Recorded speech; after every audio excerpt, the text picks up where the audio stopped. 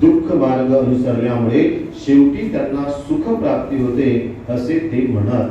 दुःख हेच पुण्याचे मूळ आहे असं भृगु ऋषींनी सिद्धार्थ गौतमाला बोधिसत्वाला सांगितलं. तर हे ऐकल्यावर बोधिसत्व गौतम म्हणाले, अशा प्रकारचा आश्रम मी आज प्रथमच पाहत आहे. तुमचा हा तपश्चर्येचा नियमही मला समजलेला नाही. तर मी पहिल्यांदाच बघतोय आणि तुमचा तपश्चर्येचा नियम काय आहे हे मला अजूनही समजलेलं नाही.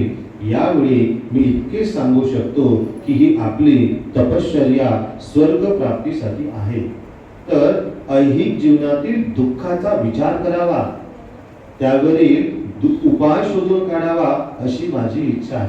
मी बघितलं की तुमची जी तपश्चर्या आहे ती केवळ स्वर्ग प्राप्तीसाठी आहे, मोक्ष प्राप्तीसाठी.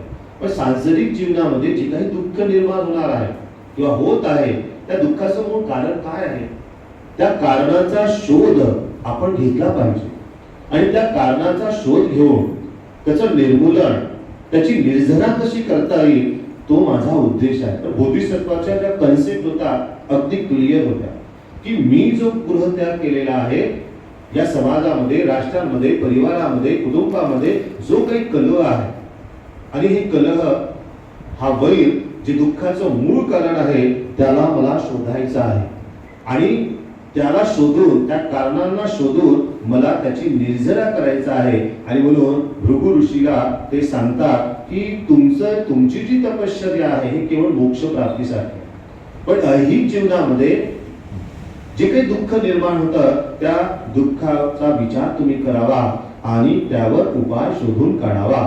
आपण मला जाण्याची आज्ञा द्या.